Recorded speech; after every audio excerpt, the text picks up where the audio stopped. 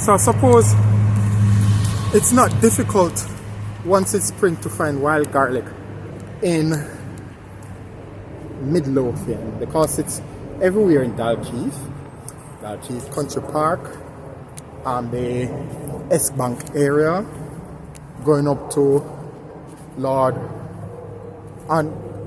Ancrum's woodland, loads of wild garlic, yeah? Cross over a little further, ended up in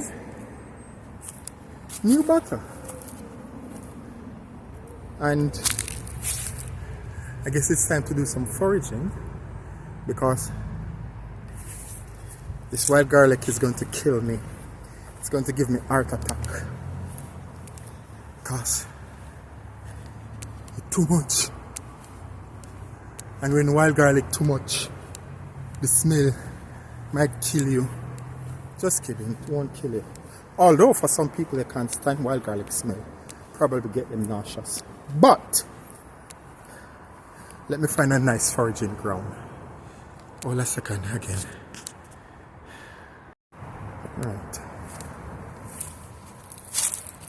It's hard to say foraging ground because there's just there are so many options. You get lost in all this wild garlic. I mean, wherever you look at it. You're in an entire valley. If you consider that hill that looks like an old coal hill region. I don't know if they used to do coal mining in this part of Midlothian, probably, because in a distance some of the soil look a bit black, so I want to believe that there's some coal that was available in the past. Right, so where do I start to forage? When you're spoiled for choices, it's hard to choose, but I need somewhere to set up my camera so I can start. I need to get the best of the wild garlic though, because I've got choices. Okay, so I've got my container, but it's always good to get a pair of scissors because then you can hold a bunch and cut it nicely without having to break the leaves, because it's good to have nice healthy leaves and it's easier to wash and it's easier to prepare. You can cut it how you want. I don't want my leaf all mashed up. So I've got my scissors, I've got my container cover, and I'm good to go. So you might not be able to hear me, but I'm going to go a little further and see if I can get some from the hillside or even in this area. Snippety snip.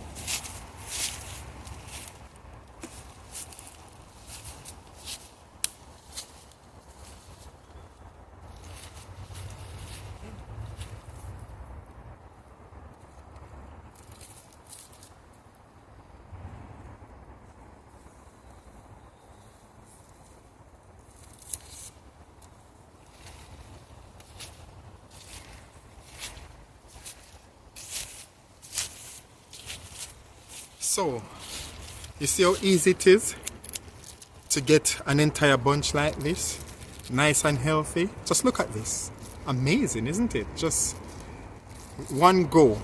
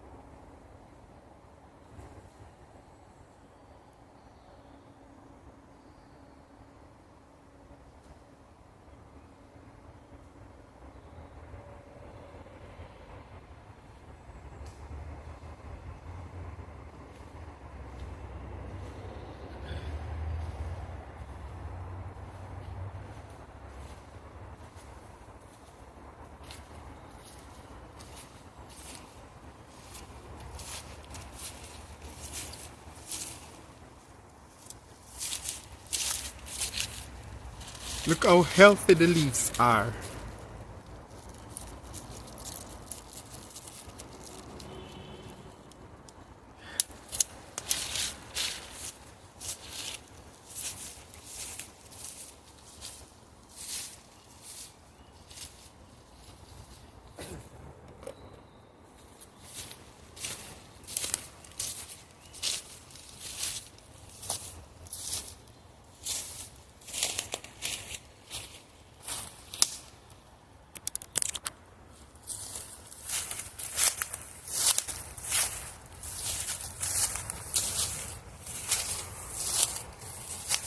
Okay, so this is my container. After two cut, you can see it's almost full already. And notice how I put it in the container with all the stems facing one direction, because in that way it's easier to wash and cut. You know, when you're washing it back home, you can have all the stems in one direction. So when you start to cut it up nicely, the stems are in one direction. It makes it a lot easier to cut. Now I've got this additional bunch. Look how large it is. This is 3 to 4 cuts, and look how large this bunch is. So it took me about 6 to 7 cuts, and this container is already full. Look. But as you can see, as I said, the stem part are facing in one direction. Once you put it in the sink, hopefully when I go home I'll demonstrate. You'll see how easy it is to wash. Obviously you have to steep it in water first. Give it some time for some of the dirt particles to go at the bottom.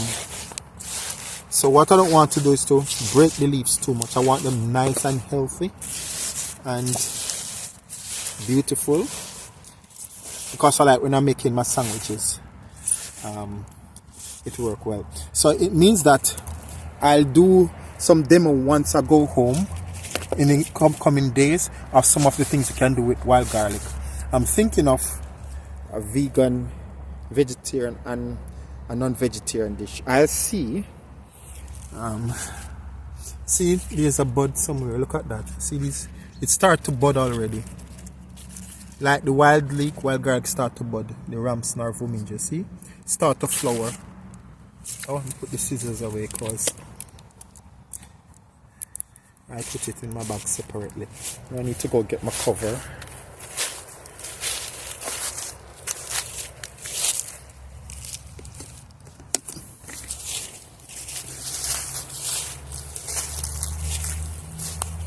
What you should take note also of is how thin the leaves are at this stage.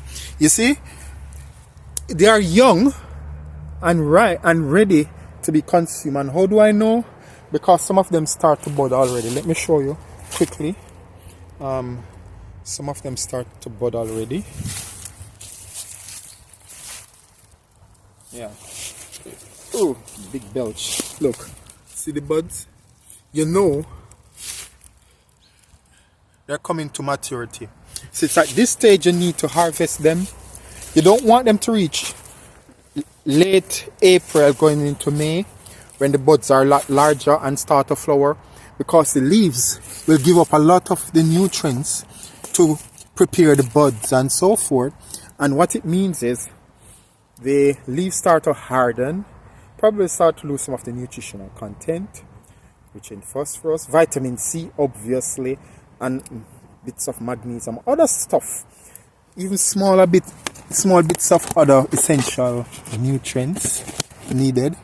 So let me just cover it. So you want your leaf nice and tender like now, and it doesn't take long to cook, and it means that you can eat it raw without much uncomfortableness. So that's my container ready, and I'll put it in my bag and get ready to go. It's a success. I don't think any one person can consume all this wild garlic. They'll be dead by next week, if anything, because of intemperance. But I'm saying an entire village is another story. I can imagine new battle coming to forage, which I believe that you'll have people who would come and forage for stuff from New Battle. I do believe they do. Maybe not everybody, because at the look of at things, I don't think many people are coming to forage. It would be less by now, but you know, I can't tell how many people are foraging. But I want to believe that you have people in this area in Dalkeith foraging. I think the ones in Dalkeith would just stay in Dalkeith because there are plenty to be had there. But you know, as you can see, in New Battle, there are options, and this is just part of the woodland, and there are other areas that's not part of this woodland that you'll still find wild garlic in New Battle, but I haven't been to those places yet. But I want to assume that's the case. Anywhere there's running water and other woodland areas, you'll find wild garlic. So it's nice doing the vlog.